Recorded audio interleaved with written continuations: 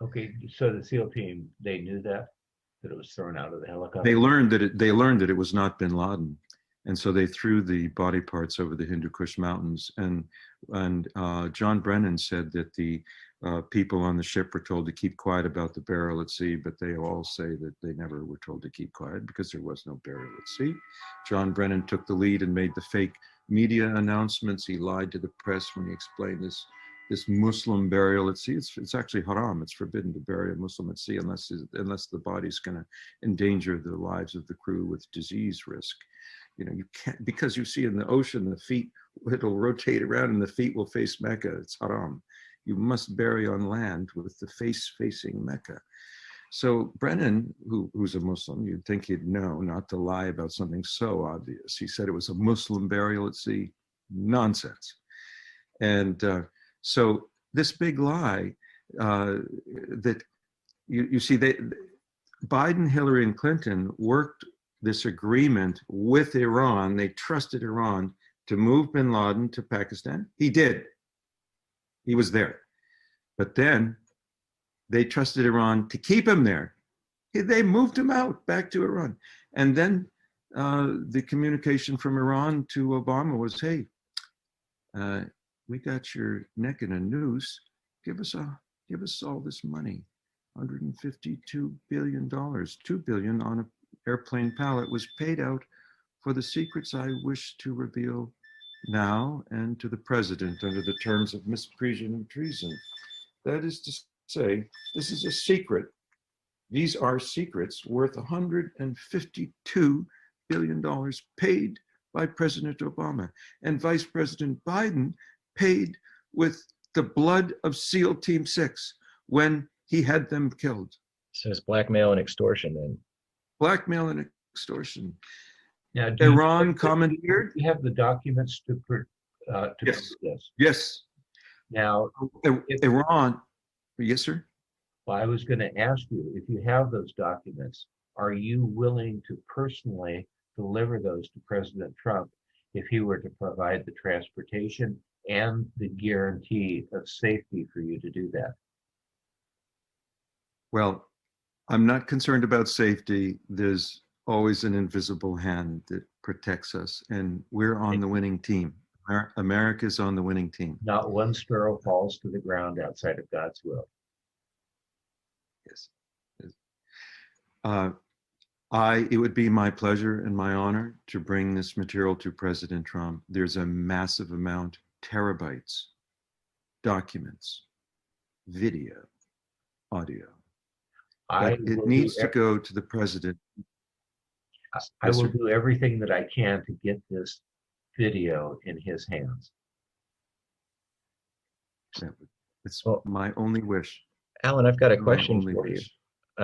So that means that SEAL Team 6 was shot down on purpose after the trophy kill to ensure that no dead man can tell no tales.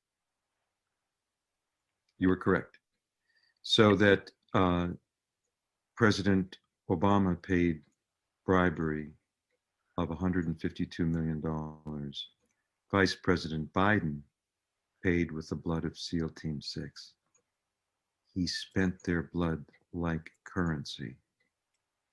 Well, I've got to share something with you. Actually, Charles does. Charles, tell him about the Army Ranger that you talked to that was in the city where they were shot down. Okay. We lived in Hawaii, and for about a month afterwards, I was in shock. And my wife and I, we went walking on the beach. And in the back of my vehicle, I have a bumper sticker about Ty. And this gentleman came up to me, and he was an Army Ranger that had been injured and he was recuperating in Hawaii. And he said, "How do you know Chief Petty Officer Woods?" And I says, "Well, I'm his dad." And he says, "Well, I worked with your son." And we became very close. It was part of my healing process, actually, getting to know him. He started coming to our church. His girlfriend started surfing with my daughters, and they ended up getting married. And one of the things that he told me, he says, "I was on the Ranger team that was in that village where SEAL Team 6 was killed." The story was by the Biden Obama administration that there was this team that was under attack in this village. We're going to die if you don't get someone here really quick. And so they loaded SEAL Team 6 on this slow, vintage Huey helicopter the size of a school bus and slowly got them to the village. Now, they did not request help. They've been in that village numerous times before. In fact, if someone came, it would actually endanger them. The story was not true. And then usually when a helicopter comes in, it goes zoom right down to the ground, opens up, all the troops go out in seconds, and then boom, the helicopter goes straight up. Well, this was a sitting target, okay, the size of a school bus. It hovered in the air over that village, just waiting to be shot down. And the people hot roped. I'd never heard the word hot rope before. That means they each individually lowers down while it was a sitting target.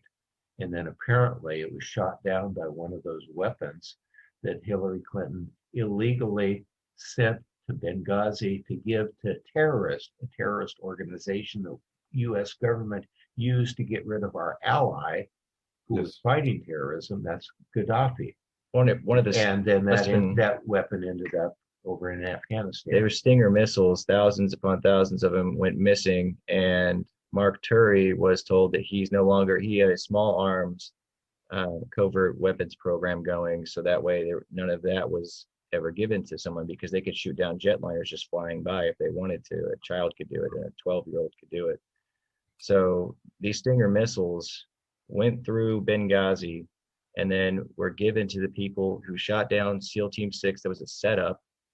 They were covering their tracks there. And then when they found the serial number on one of the missiles, it is traced back to the CIA from Qatar, from that weapons cache of Stinger missiles. That's why they had to then cover their tracks after people found out that the missiles were from Qatar, and then they could trace back where they came from Hillary through Benghazi.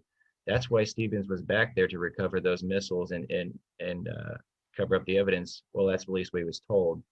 I assume that part of the plan for her was to eliminate everyone there at the Benghazi compound as well. It's just so wicked. It's hard. It's just so unimaginably evil what these people do. Dead men don't talk. Well, Alan, we'll talk. We will talk. You have some good news coming up here in the next week and a half. Yes, sir. It's going to be released, audio tapes, documents. I believe so. Yes. Yeah. I'm looking forward to hearing about it and seeing everybody connect the dots, because it's pretty plain to see the people involved, and it's all connected to another crime spree. And that's another story, though. Well, let's just remember that heavy price has been paid for the secrets we are uncovering. And there are millions of people who want to see the truth. And we're going to deliver. Well, America is a democracy, and for a democracy to work, the people that vote need to know what the truth is. And that is why we have 3 weeks for the people of the United States to get to know the truth. I hope that the media covers this, including the fake media, because the truth has to come out for our democracy to work properly so people can vote intelligently. Totally agree. I agree. All right, Alan, we appreciate your time today. I'm sure this is just the beginning, and we look forward to hearing and seeing what you're going to show to everyone in the future. It's the beginning, but it's also the beginning of the end for the bad guys. Woo-hoo. Anyway, it comes out. Speak to you soon. Yes, sir. Have a good day, Alan. It was a pleasure to meet you. Yes. Lord bless. Bye-bye.